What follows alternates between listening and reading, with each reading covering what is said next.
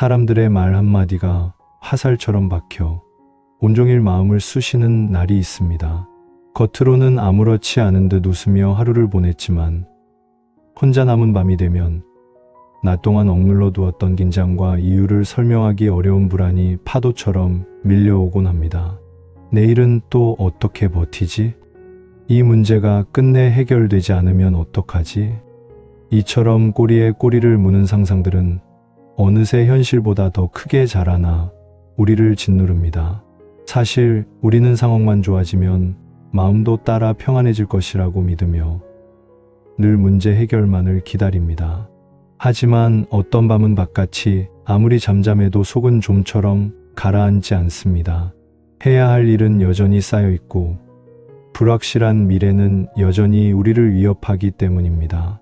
시편 27편은 바로 이런 지독히도 현실적인 불안의 한복판에서 시작됩니다.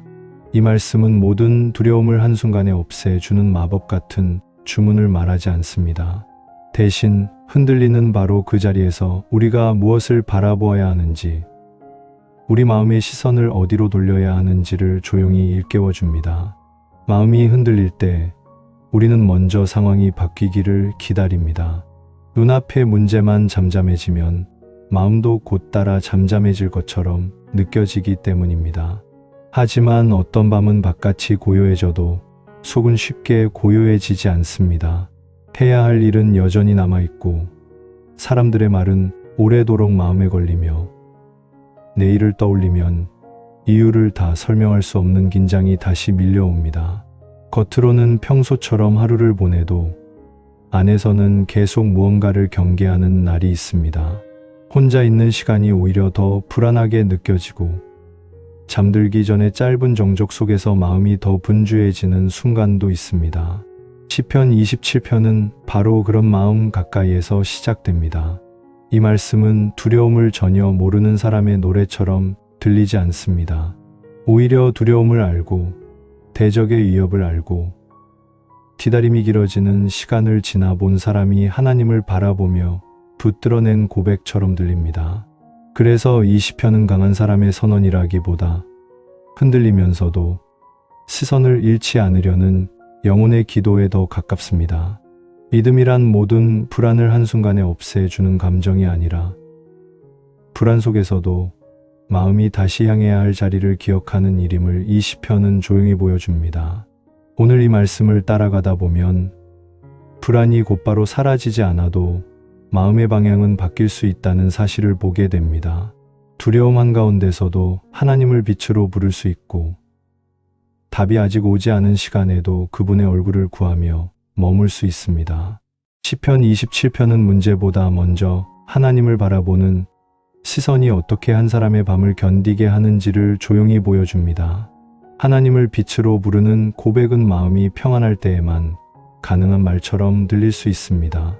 모든 일이 제자리를 찾고 앞날이 어느 정도 보장되어 있고 사람과의 관계도 무리 없이 흘러갈 때라면 누구나 안정된 목소리로 믿음을 말할 수 있을 것처럼 보입니다. 그러나 시편 27편은 전혀 다른 자리에서 시작됩니다. 여호와는 나의 빛이요 나의 구원이시니 내가 누구를 두려워하리요. 여호와는 내 생명의 능력이시니 얘가 누구를 무서워하리요. 이 문장은 두려움이 완전히 사라진 뒤에 나온 결론이 아니라 두려움을 일으킬 수 있는 현실 앞에서 먼저 붙드는 선언입니다. 대적이 있고 위협이 있고 마음을 움츠러들게 하는 상황이 있는데도 시인은 그 모든 것보다 먼저 하나님이 어떤 분이신지를 입술에 올립니다. 그러므로 이 고백은 현실을 모르는 낙관이 아니라 현실보다 하나님을 앞세우는 믿음의 선택입니다. 사람의 마음은 흔들릴 때 본능적으로 어둠을 크게 봅니다.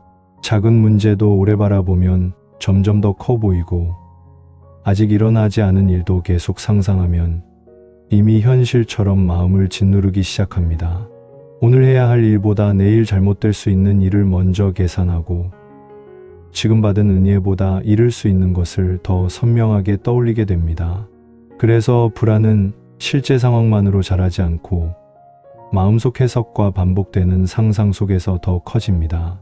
겉으로는 괜찮은 척 말을 이어가도 속에서는 계속 대비하고 경계하며 스스로를 지치게 만듭니다. 밤이 되면 낮 동안 미뤄두었던 생각들이 다시 몰려오고 조용한 순간에는 오히려 마음이 더 분주해지기도 합니다. 바로 그런 때에 시편 27편의 첫 선언은 우리를 멈추게 합니다. 두려움의 목록을 더 길게 적기 전에 먼저 하나님을 빛으로 부르라고 말합니다. 빛은 어둠이 존재하지 않는다는 말이 아닙니다. 빛은 어둠 속에서도 길을 잃지 않게 하는 존재입니다. 구원은 문제가 한순간에 모두 사라졌다는 뜻이 아닙니다. 구원은 무너질 것 같은 자리에서 붙들어내시는 하나님의 손을 뜻합니다.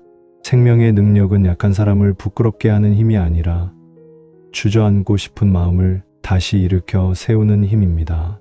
이 세 가지 표현이 함께 놓일 때 우리는 하나님이 두려움에 눌린 마음에게 어떤 분이신지를 보게 됩니다.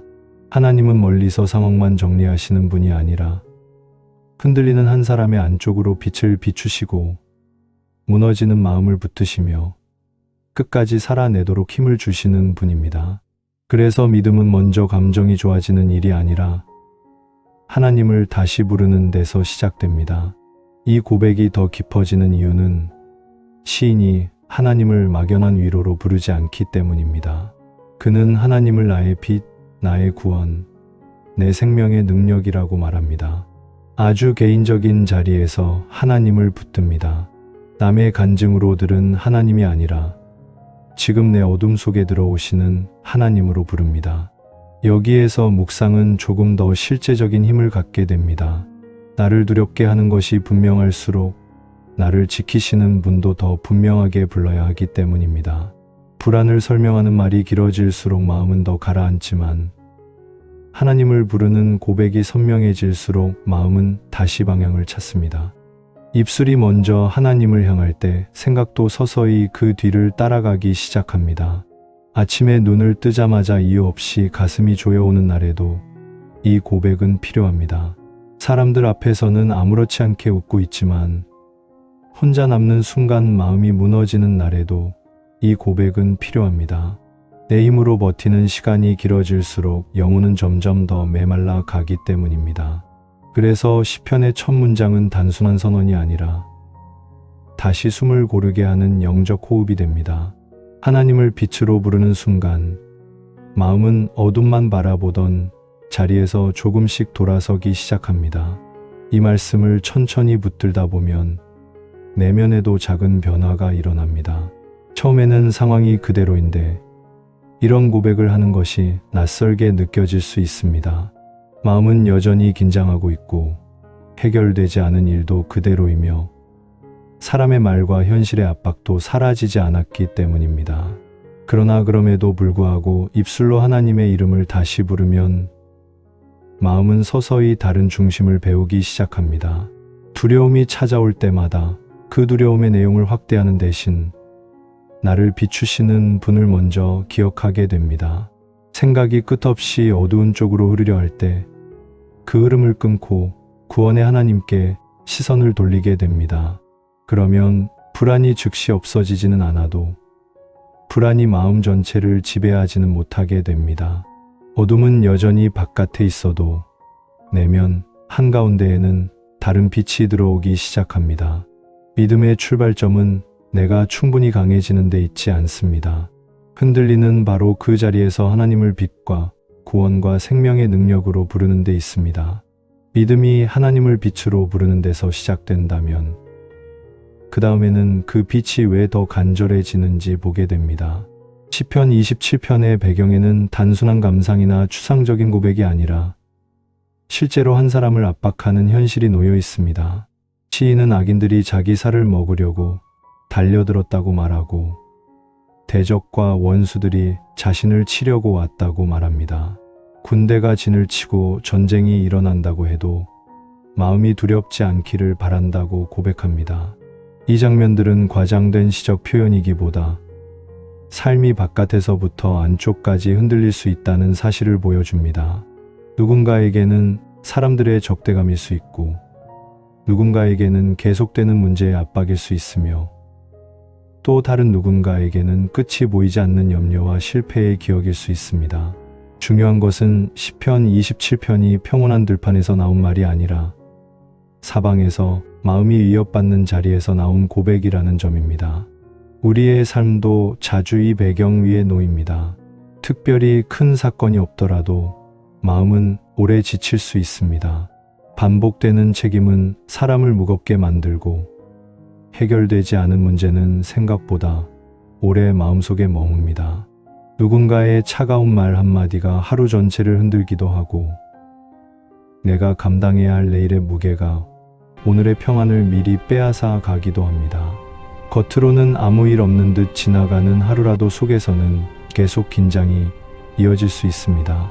사람들 사이에 있을 때는 괜찮다가도 혼자 남으면 마음이 갑자기 약해지고 밤이 깊어질수록 낮에 버텨냈던 감정이 다시 올라오기도 합니다. 그래서 두려움은 눈앞에 보이는 위협만으로 생기지 않습니다. 오래 누적된 피로, 관계에서 받은 상처, 미래를 예측하려는 마음, 무너지지 않으려는 애씀까지 모두 배경이 되어 영혼을 눌러옵니다. 시편 27편의 힘은 바로 이 현실성을 숨기지 않는 데 있습니다. 믿음의 사람도 위협을 느끼고 상황의 압박을 알고 마음이 흔들리는 시간을 지나간다는 것을 이 시편은 감추지 않습니다.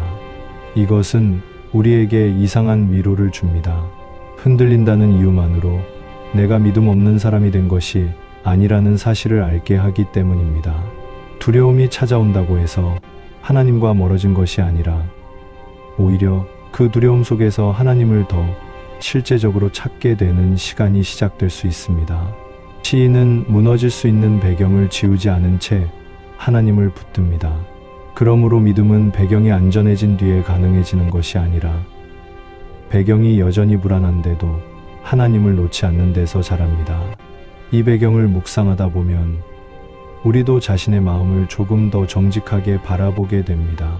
지금 나를 무겁게 하는 것이 무엇인지, 반복해서 나를 위축시키는 생각이 무엇인지, 사람들 앞에서는 숨기고 있지만 하나님 앞에서는 더 이상 감출 수 없는 긴장이 무엇인지 조용히 드러나기 시작합니다. 그리고 그 드러남은 정죄가 아니라 회복의 시작이 됩니다. 배경을 인정하는 순간 우리는 더 이상 괜찮은 척 버티는데 힘을 다 쓰지 않아도 되기 때문입니다. 하나님은 꾸며낸 평안보다 정직한 두려움 위에 더 가까이 찾아오십니다. 시편 27편이 보여주는 배경은 바로 그것을 말합니다. 믿음은 상처가 없다는 증명이 아니라 상처와 위협이 있는 자리에서도 하나님께로 향하는 길입니다. 그래서 이 말씀은 우리에게 먼저 강해지라고 재촉하지 않습니다. 오히려 지금 마음을 둘러싼 배경을 하나님 앞에 가져오라고 조용히 초대합니다. 사람의 시선으로는 위협이 먼저 보이고 불안이 먼저 커지지만 하나님 앞에서는 그 배경조차도 새로운 묵상의 자리가 됩니다. 나를 두렵게 만드는 것들이 분명할수록 내가 누구 앞에 서야 하는지도 더 분명해집니다. 시편 27편의 배경은 어두운 장면이지만 그 어두움은 하나님을 더 선명하게 찾게 만드는 자리로 바뀝니다. 이 고백을 따라가다 보면 마음속에는 자연스럽게 한 가지 물음이 남습니다. 위협이 여전히 곁에 있고 불안이 쉽게 사라지지 않으며 기다림의 시간이 길어질 때 사람의 마음은 무엇을 가장 붙들어야 하는가 하는 물음입니다. 시편 27편에서 시인은 바로 그 자리로 더 깊이 들어갑니다. 그는 많은 적과 두려운 상황을 말한 뒤에 오직 한 가지를 구했다고 고백합니다.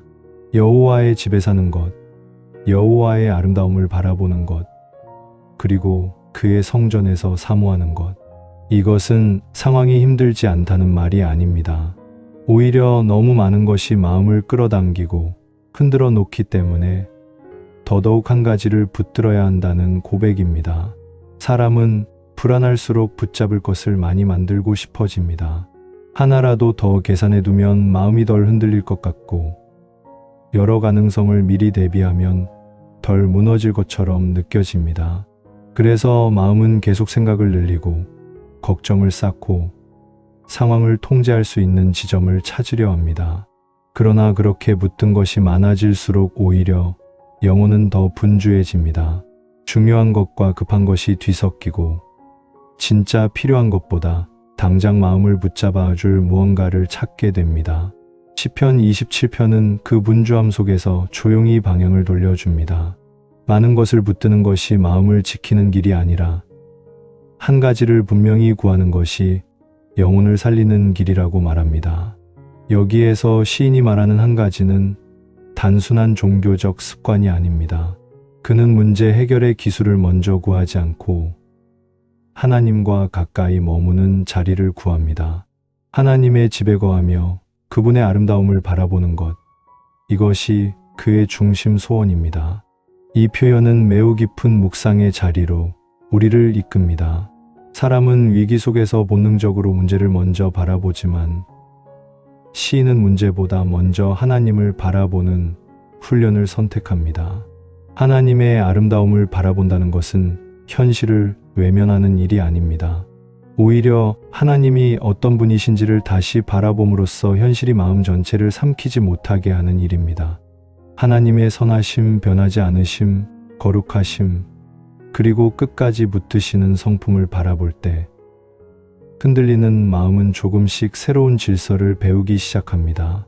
이 장면은 우리의 일상에도 매우 실제적으로 닿습니다. 해야 할 일이 많고 생각이 복잡한 날일수록 마음은 더 쉽게 조각납니다. 한 가지 일에 집중하고 있는 것 같지만 안에서는 이미 여러 걱정이 동시에 움직이고 있습니다. 사람의 반응을 신경 쓰고 내일의 결과를 미리 염려하고 혹시 잘못될 일을 반복해서 상상하다 보면 영혼은 어느새 하나님보다 상황 가까이에 머물게 됩니다. 그때 필요한 것은 더 빠른 계산이 아니라 시선의 회복입니다. 하나님 가까이 머무는 시간을 다시 되찾는 일입니다. 짧더라도 말씀 앞에 조용히 앉아 있는 시간, 급하게 답을 찾기보다 하나님의 성품을 먼저 묵상하는 시간, 마음이 흩어질 때마다 다시 그분 앞으로 돌아가는 시간이 필요합니다. 그것이 영혼을 현실에서 떼어놓는 시간이 아니라 현실 속에서 무너지지 않게 하는 시간입니다. 시편 27편의 이 고백은 결국 마음의 우선순위를 묻습니다. 내가 가장 원한다고 말하는 것이 정말 하나님인지 아니면 하나님을 통해 빨리 안정되고 싶은 상태인지를 조용히 비추어 줍니다. 물론 우리는 해결을 원하고 평안을 원합니다. 그것 자체가 잘못은 아닙니다. 그러나 더 깊은 자리에서는 하나님 자신을 구하는 마음이 회복될 때 비로소 평안도 제자리를 찾게 됩니다. 하나님보다 결과를 더 붙들면 작은 흔들림에도 쉽게 무너지지만 결과보다 하나님을 먼저 구하면 기다림의 시간 속에서도 마음은 중심을 잃지 않게 됩니다. 시편의 시인은 바로 그 길을 보여줍니다. 많은 두려움 속에서도 오직 한 가지를 구하는 사람의 마음이 어떻게 다시 모아지는지를 보여줍니다. 우리 안에도 이런 변화가 천천히 일어날 수 있습니다. 처음에는 상황이 너무 커 보여서 하나님을 바라보는 일이 막연하게 느껴질 수 있습니다. 그러나 조금씩 시선을 돌려 하나님의 아름다움을 묵상하다 보면 마음은 더 이상 두려움의 방향으로만 흐르지 않게 됩니다. 불안이 밀려와도 즉시 거기에 끌려가지 않고 먼저 돌아가야 할 자리를 기억하게 됩니다. 한 가지를 구하는 마음은 삶을 단순하게 만들고 단순해진 마음은 하나님 앞에서 더 깊이 숨 쉬게 됩니다.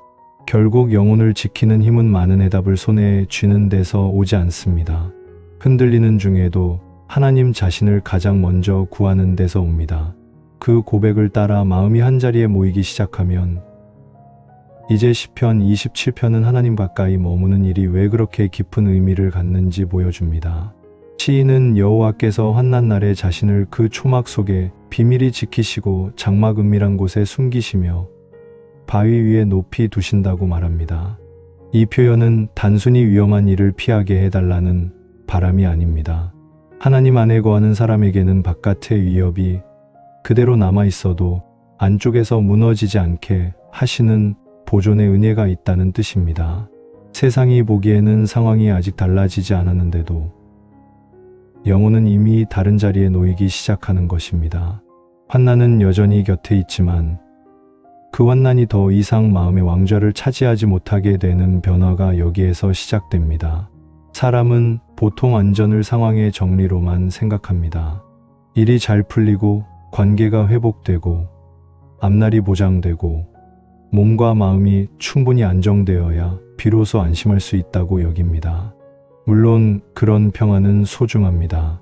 하지만 시편 27편이 보여주는 보호는 조금 더 깊습니다. 하나님은 단지 바깥 조건을 정리하시는 분이 아니라 흔들리는 사람을 자신의 은밀한 곳으로 옮기시는 분입니다. 눈에 보이지 않는 그 자리에서 마음은 세상이 줄 수 없는 종류의 안전을 배우게 됩니다. 사람들의 말이 여전히 들리고 해야 할 일도 여전히 많고 불확실한 내일도 그대로 남아있지만 그 한가운데서도 영혼은 더 이상 거리 한복판에 버려진 것처럼 느껴지지 않습니다. 하나님 앞에 숨겨진 사람의 마음에는 설명하기 어려운 다른 질서가 생깁니다. 이 말씀의 의미는 우리 일상에도 아주 실제적으로 닿습니다. 하루를 살다 보면 마음이 밖으로 너무 많이 노출될 때가 있습니다. 사람의 평가에 그대로 흔들리고 작은 반응 하나에도 기분이 크게 달라지며 예상하지 못한 일이 생기면 마음 전체가 무너지는 듯한 날이 있습니다. 아무리 애써도 중심이 서지 않는 이유는 영혼이 쉴 은밀한 자리를 잃어버렸기 때문일 수 있습니다. 겉으로 강해 보이려 애쓰는 동안 속은 점점 더 지쳐가고 누구에게도 기대지 못한다는 감각이 마음을 더욱 메마르게 만듭니다. 바로 그때 시편 27편은 하나님 안에 숨는다는 것이 얼마나 큰 은혜인지 조용히 일깨웁니다. 하나님은 우리를 세상으로부터 완전히 떼어놓지 않으시지만 세상 한가운데서도 무너지지 않도록 숨길 곳을 주십니다. 초막과 장막과 바위라는 표현은 모두 한 가지 방향을 가리킵니다.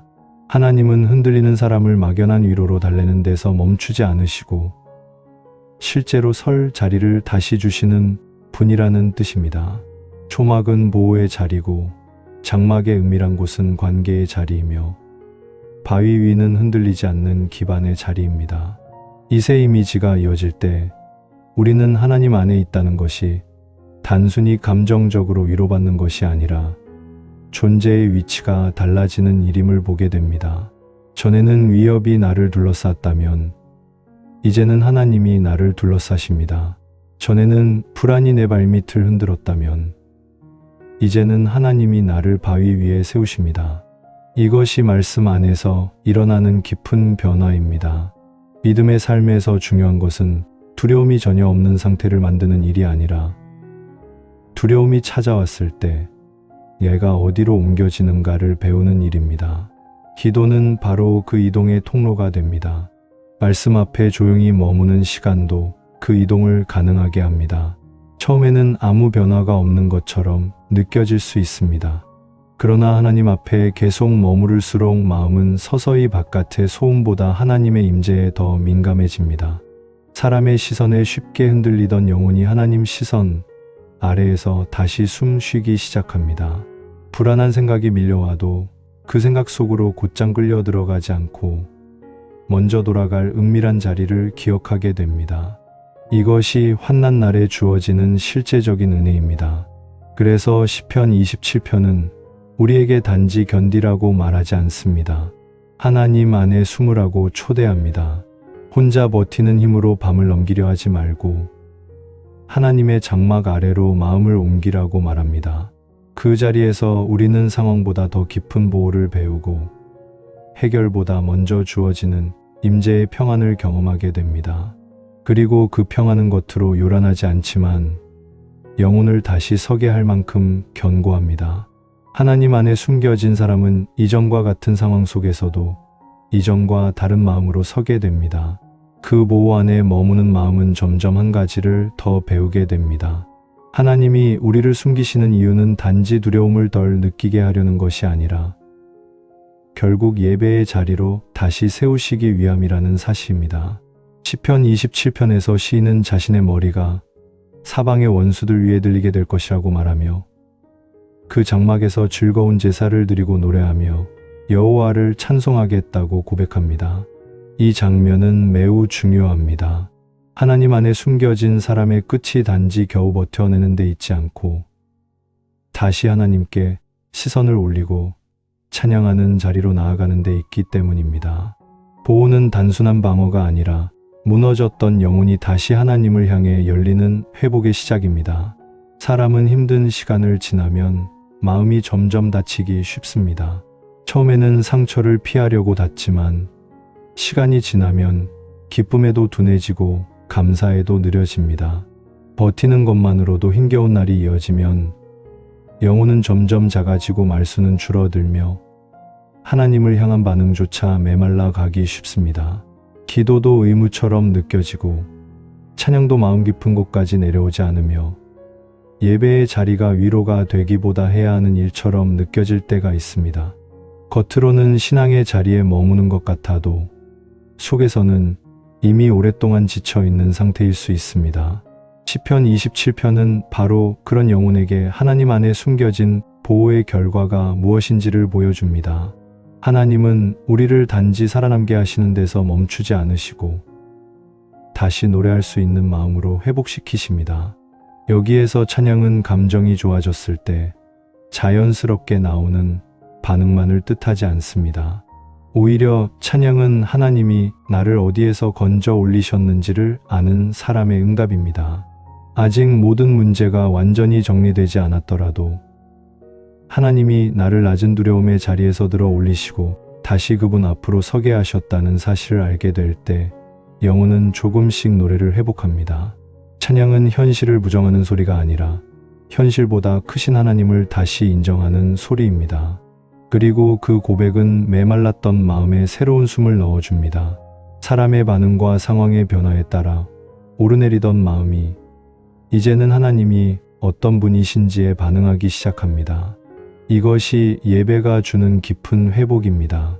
시편 27편의 흐름에서 보면 두려움에서 보호로, 보호에서 다시 찬양으로 이어지는 이 움직임은 매우 자연스럽습니다. 하나님은 우리를 그저 웅크린 상태로 오래 두지 않으십니다. 처음에는 숨게 하시고 붙드시고 지키시지만 그 다음에는 얼굴을 들게 하십니다. 무너졌던 자존심을 세워주신다는 뜻이 아니라 다시 하나님을 바라볼 수 있는 존재로 일으키신다는 뜻입니다. 고개를 숙인 채 두려움만 세고 있던 사람이 어느새 눈을 들어 하나님을 찬양하게 되는 변화, 이것이 시편이 보여주는 회복의 장면입니다. 그래서 영혼의 진짜 회복은 단순히 불안이 줄어드는 데 있지 않습니다. 하나님께 반응하는 마음이 다시 살아나는 데 있습니다. 우리의 삶에도 이런 변화는 필요합니다. 어떤 날은 문제가 해결되는 것보다 먼저 굳어있던 마음이 풀리는 일이 더 중요합니다. 억지로 강해지려던 힘을 내려놓고 하나님 앞에서 다시 감사를 배우는 일이 필요합니다. 아주 작은 은혜에도 마음이 반응하고 짧은 말씀 한 줄에도 눈빛이 달라지며 조용한 찬양 한 곡이 깊은 위로로 스며드는 날이 다시 와야 합니다. 그것은 감정적인 예민함이 아니라 영혼이 살아있다는 증거입니다. 하나님은 상처받은 마음을 억지로 밀어 올리지 않으시고 보호하신 뒤에 천천히 다시 열리게 하십니다. 그래서 찬양은 억지로 만들어내는 밝은 태도가 아니라 보호받은 영혼 안에서 다시 피어나는 생명의 반응입니다. 이 말씀을 따라 묵상하다 보면 나도 모르게 굳어있던 부분이 어디였는지 보이기 시작합니다. 한동안 감사보다 경계가 익숙했고 기대보다 체념이 더 편했으며 예배보다 생존이 더 중요한 것처럼 느껴졌던 시간들이 떠오를 수 있습니다. 그러나 하나님은 그런 시간을 지나온 영혼도 다시 찬양의 자리로 이끄십니다. 무너진 마음이 곧바로 크게 노래하지는 못해도 조금씩 하나님께 반응하는 법을 다시 배우게 하십니다. 그리고 그 반응이 회복의 증거가 됩니다. 하나님 안에 숨겨진 사람은 결국 다시 하나님을 높이게 됩니다. 그 회복의 흐름을 따라가다 보면 시편 27편이 우리에게 가르쳐주는 더 깊은 원리가 서서히 드러납니다. 그것은 믿음이란 두려움이 없는 상태를 만들어내는 힘이 아니라 두려움보다 더 크신 하나님 앞에 마음을 오래 두는 훈련이라는 사실입니다. 시편의 시인은 여전히 위험을 알고 있고 여전히 사람들의 거짓과 폭력과 압박을 경험하고 있습니다. 그런데도 그의 마음은 점점 한 가지 방향으로 정리됩니다. 상황을 먼저 계산하는 방향이 아니라 하나님의 성품을 먼저 바라보는 방향입니다. 믿음의 핵심은 바로 여기에서 선명해집니다. 영혼을 살리는 힘은 내 감정을 빠르게 바꾸는 데 있지 않고 변하지 않는 하나님께 마음을 계속 돌리는 데 있습니다. 사람은 흔들릴수록 즉각적인 확실함을 원합니다.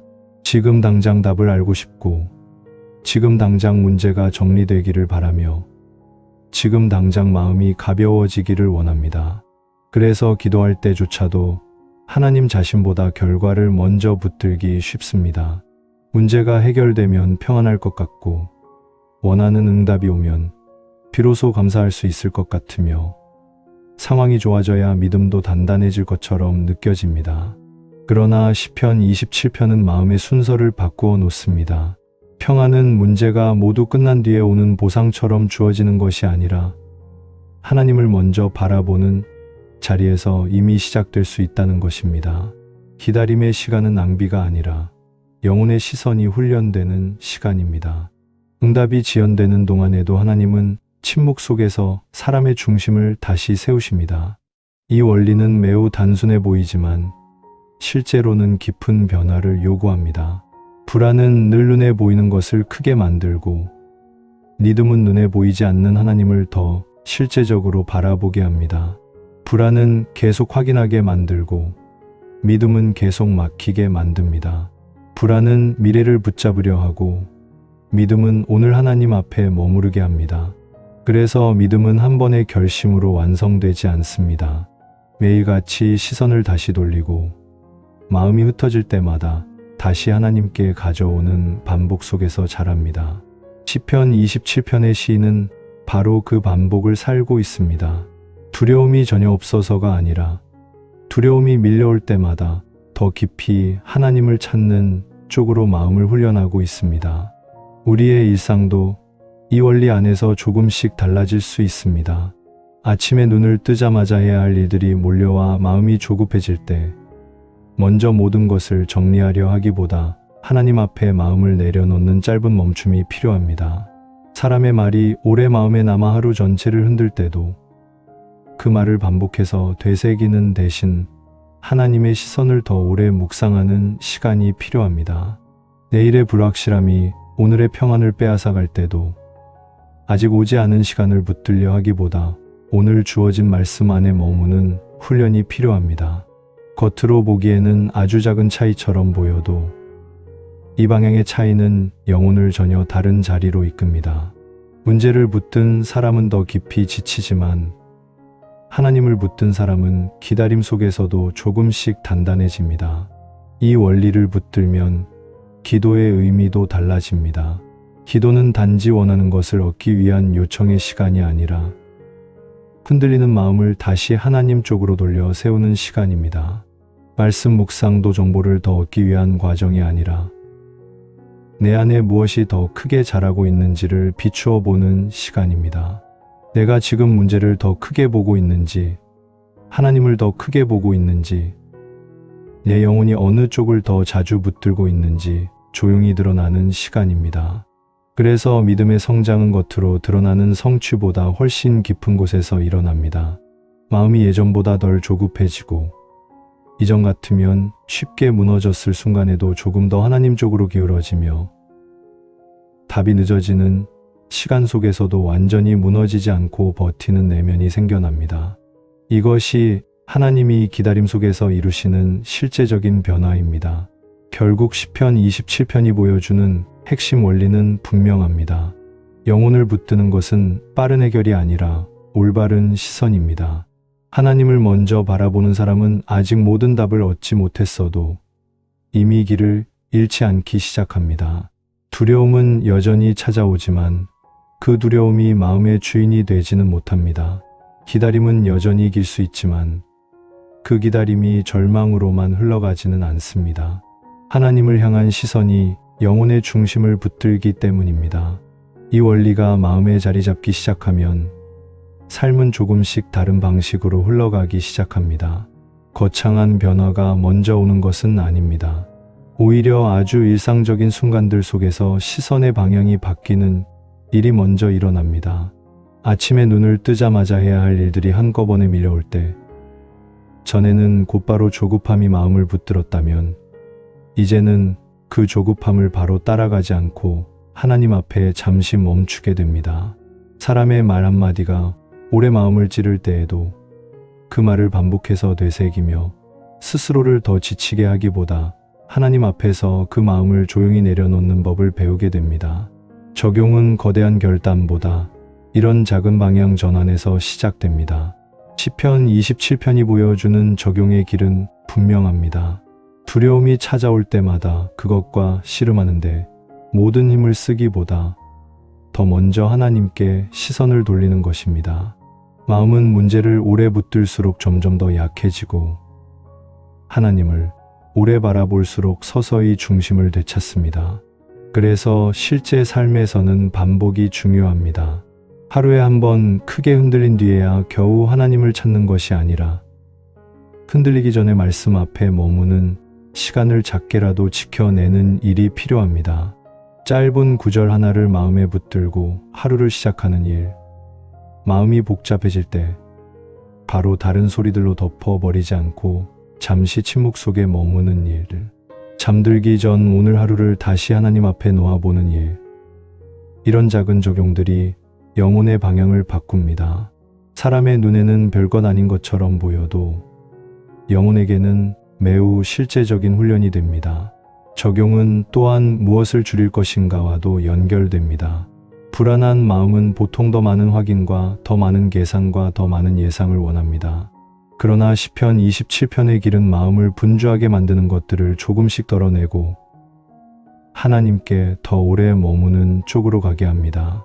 당장 해결되지 않는 일을 계속 머릿속에서 굴리기보다 내가 지금 붙들 수 없는 것을 하나님께 맡기는 연습이 필요합니다. 사람의 반응을 계속 추측하기보다 하나님이 나를 어떻게 보고 계시는지를 더 오래 묵상하는 시간이 필요합니다. 내일의 결과를 미리 살아보려는 습관을 내려놓고 오늘 주어진 은혜 안에서 하루를 살아내는 훈련이 필요합니다. 적용은 무엇인가를 더 많이 하는 기술이 아니라 내 영혼이 어디에 오래 머물지를 선택하는 일입니다. 이 길을 따르다 보면 처음에는 별다른 변화가 없는 것처럼 느껴질 수 있습니다. 여전히 상황은 비슷하고 사람도 그대로이며 걱정의 이유도 완전히 사라지지 않았기 때문입니다.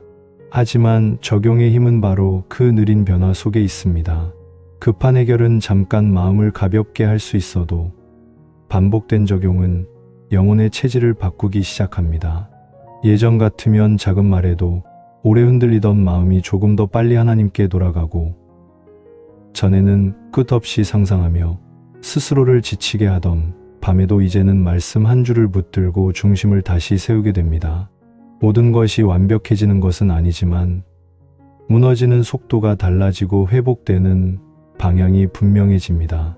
하나님을 먼저 바라보는 적용은 삶 전체를 단숨에 바꾸지 않아도 영혼의 움직임을 분명히 바꾸어 놓습니다.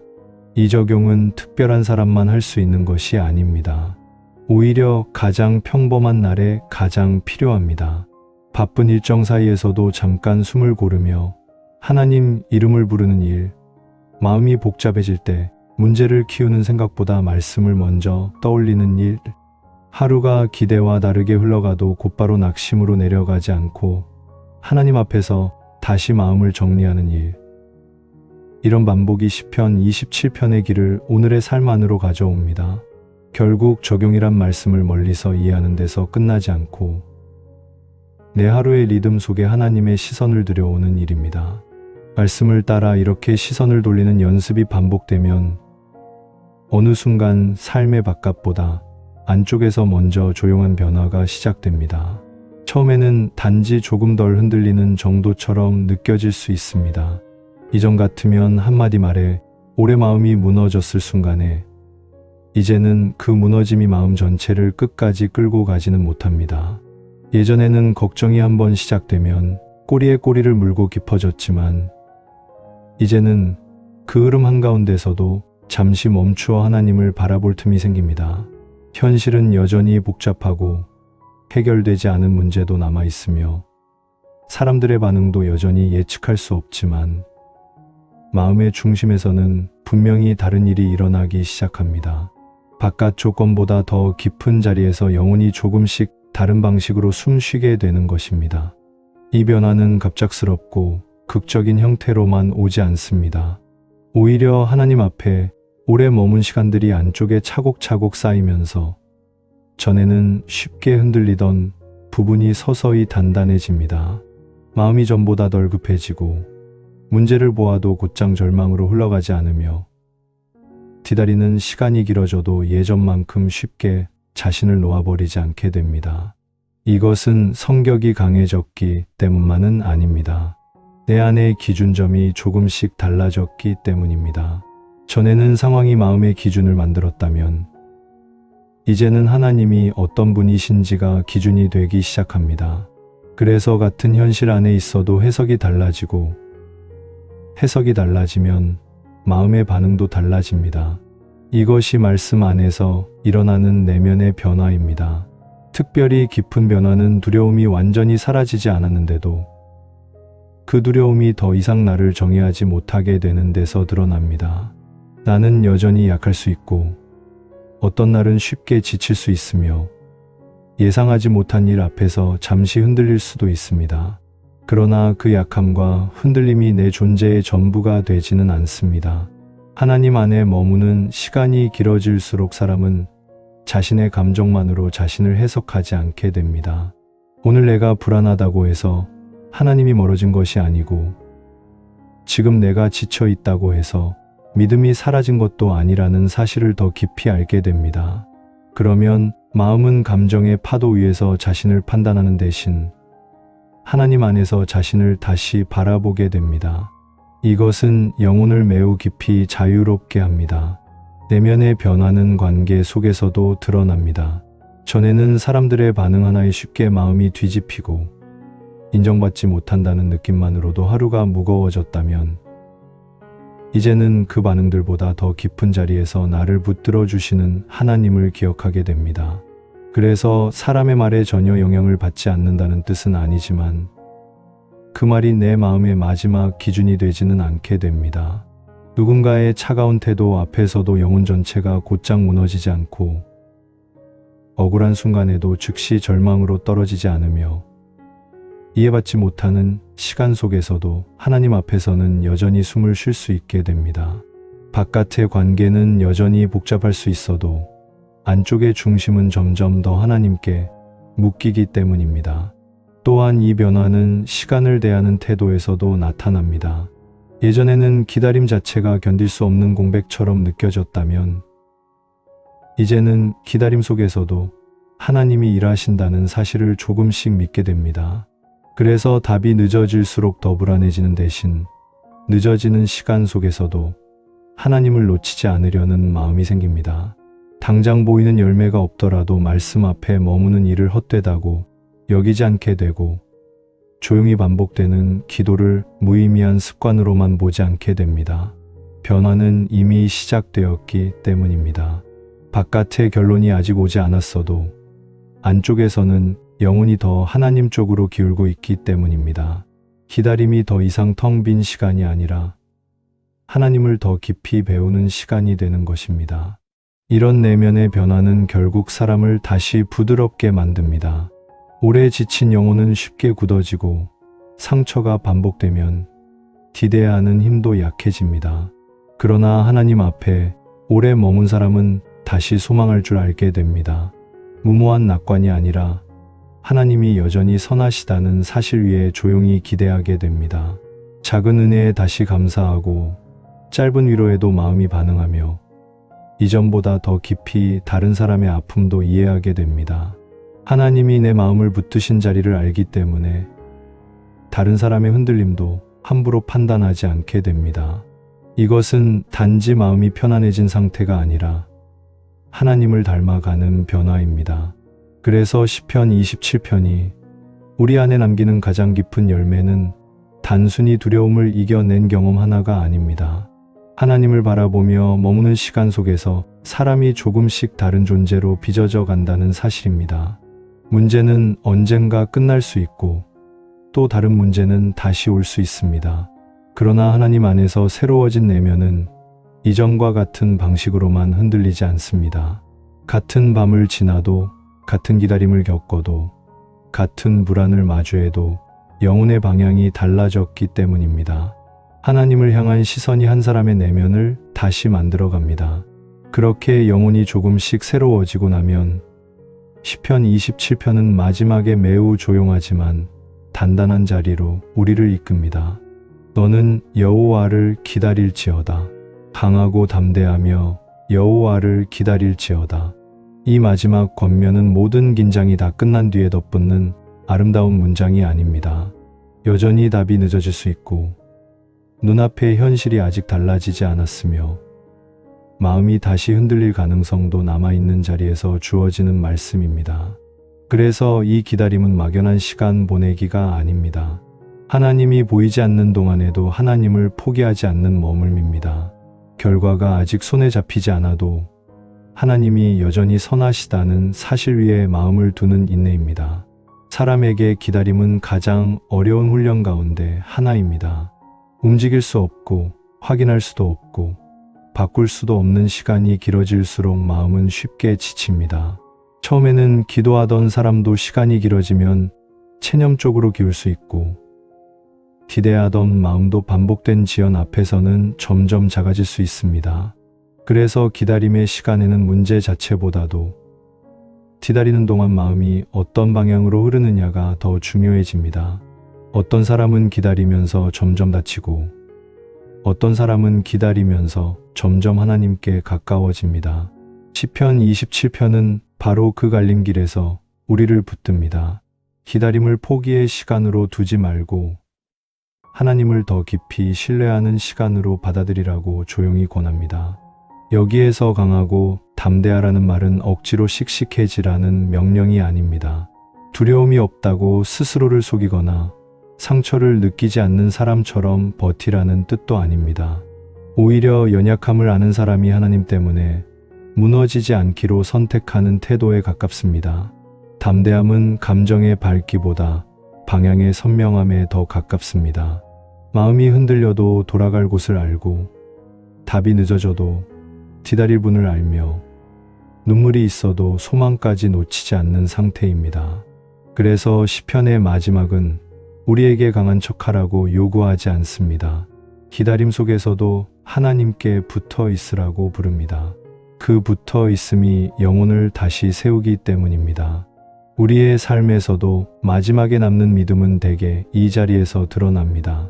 모든 것이 분명할 때보다 오히려 아무것도 확실하지 않은 시간에 무엇을 붙드는지가 믿음의 깊이를 보여줍니다. 기도했지만 아직 열리지 않은 문 앞에서 최선을 다했지만 결과를 모르는 시간 속에서 사람에게 기대했던 위로가 오지 않는 날들 속에서 영혼은 마지막 선택을 하게 됩니다. 더 조급해질 것인가? 더 냉소적으로 굳어질 것인가? 아니면 하나님을 기다리는 쪽으로 다시 마음을 둘 것인가? 시편 27편은 그 마지막 자리에서 조용히 말합니다. 기다리라고, 그리고 그 기다림 속에서 약해지지 말라고, 하나님을 향한 마음을 끝까지 놓지 말라고. 기다림은 아무 일도 일어나지 않는 빈 시간이 아닙니다. 하나님은 종종 그 시간 안에서 가장 깊은 일을 하십니다. 바깥의 상황보다 안쪽의 사람을 다듬으시고 급했던 마음을 가라앉히시며 결과보다 하나님 자신을 더 소중히 여기도록 영혼을 바꾸십니다. 그래서 기다림 끝에 얻는 가장 큰 선물은 단지 원하는 응답 하나만이 아닐 수 있습니다. 기다리는 동안 하나님을 더 알게 된 마음, 예전보다 더 낮아지고 더 부드러워진 영혼, 이전보다 더 깊이 하나님께 기대게 된 존재가 남게 됩니다. 시편 27편은 결국 그 자리까지 우리를 데려갑니다. 두려움에서 시작해 기다림으로 끝나는 이 말씀은 기다림이 믿음의 마지막 패배가 아니라 가장 깊은 완성의 자리일 수 있음을 보여줍니다. 오늘 모든 답이 바로 오지 않아도 괜찮습니다.